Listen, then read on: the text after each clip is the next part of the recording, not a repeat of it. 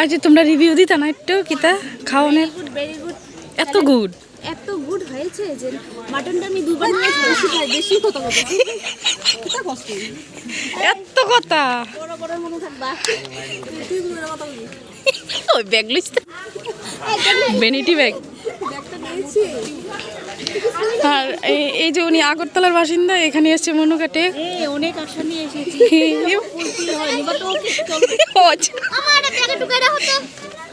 জায়গা নাই জায়গা আছে আর কিছু কইতা না দিলে আর কিছু কন থেকে খাওয়ার জন্য, বাট মাটনটা ভালোই ছিল। আর চিকেনটা ধুমা ধুমার গন্ধ। ধুমা ধুমার গন্ধ।